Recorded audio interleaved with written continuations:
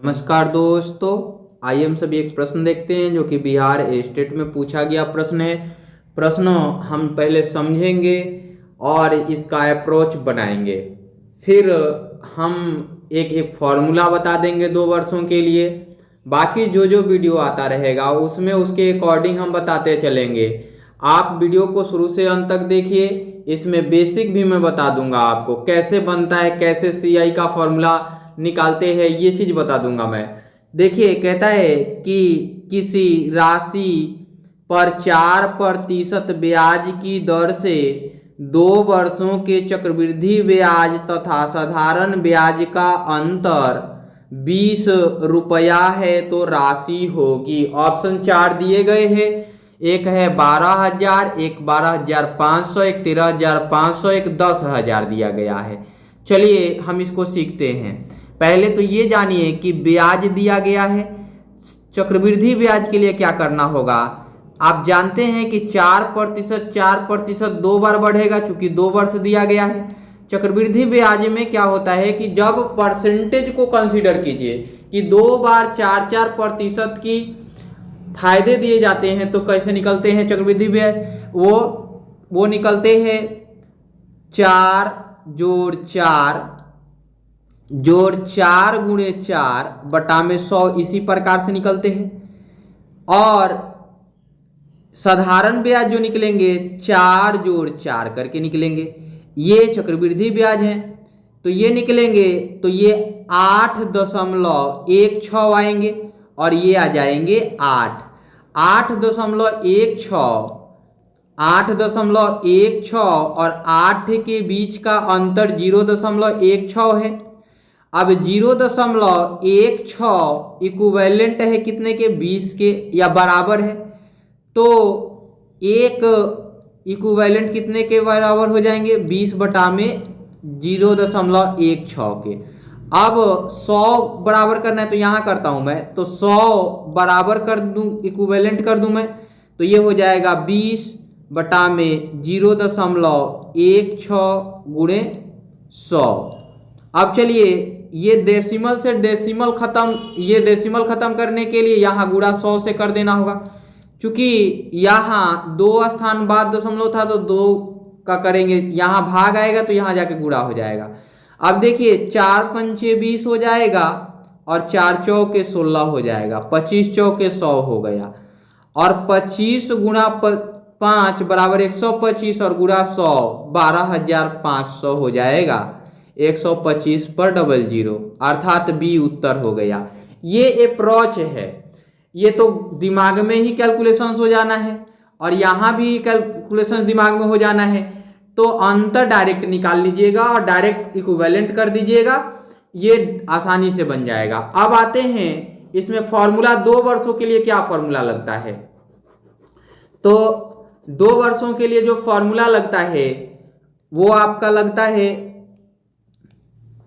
आइए अब आगे 2 वर्षों के लिए फॉर्मूला बता देता हूं। फॉर्मूला क्या होता है, P इंटू R अपॉन में 100 पावर n इक्वल टू अंतर होता है। तो P का P रहा 4 अपॉन में 100 हो जाएगा, पावर 2 होगा, इक्वल टू में 20 होगा। P का P रहेगा और देखिए यहाँ 25 चौके 100 कटेगा तो 1 बटा में 25 आ गया। 1 बटा में 25 का पावर 2 होगा, है ना। यहाँ इस 25 को मैं इधर की तरफ लिख दूं, 25 यहाँ लिख देता हूँ और ये पावर 2 कर लेता हूँ, इक्वल टू 20 कर लेता हूँ। इसको कीजिएगा तो P और 1 का 1 होगा, ये 625 होगा और बराबर हो जाएगा, चूंकि स्क्वायर करेंगे तो, और ये 20 के बराबर हो जाएगा। अब देखिए P अपॉन में 625 होगा बराबर 20 होगा, इसको गुणा कीजिएगा तो P बराबर 12,500 आ जाएगा। ये B हो गया। अब आ जाइए, इसका मैं अप्रोच के बाद और फॉर्मूला के बाद बेसिक कॉन्सेप्ट पढ़ा दूं, कैसे बनता है, तो CI कैसे निकलता है, SI कैसे निकलता है, ये देखिए। CI का जो फॉर्मूला होता है, CI बराबर 1+r/100 पावर n-1 करके निकलता है ये फॉर्मूला, है ना। तो अब देखिए आगे की ओर बढ़ते हैं। ये ऐसे भी करके दिया रहेगा तो भी चलेगा, ऐसे करके दिया रहेगा तो भी चलेगा। ये CI निकालने के लिए, क्योंकि आप जानते हैं कि अमाउंट CI के लिए निकलता है, तो वो निकलता है कैसे, P × 1+r/100 पावर n निकलता है ये अमाउंट। और अमाउंट से हम क्या घटाएंगे, इसका प्रिंसिपल घटा लेंगे। तो ये प्रिंसिपल के लिए ही ये लिखा गया है। यहाँ प्रिंसिपल कॉमन ले लिया गया और यहाँ -p कर देंगे तो CI निकल जाएगा। CI के लिए क्या करना होगा, P × 1+r/100 और -p। देखिए ये p कॉमन हो गया यहाँ से, तो ये इतना घेर के हमने लिख दिया। चलिए अब आगे की ओर आइए। अब SI के लिए तो जानते हैं फॉर्मूला क्या होता है, SI बराबर PRT/100 ये होता है। अब मैं दोनों फॉर्मूला को इरेज करता हूं और डायरेक्ट बनाने का प्रयास करता हूं। चलिए फॉर्मूला अब छोड़ दीजिए। अब हमने लिखा P का P लिखा और यहाँ पे लिखा 1+r का मान 4 लिखा बटा में 100 लिखा और इसका पावर हमने n लिख दिया, n यानी कि 2 लिख दिया, है ना, और -1 कर दिया।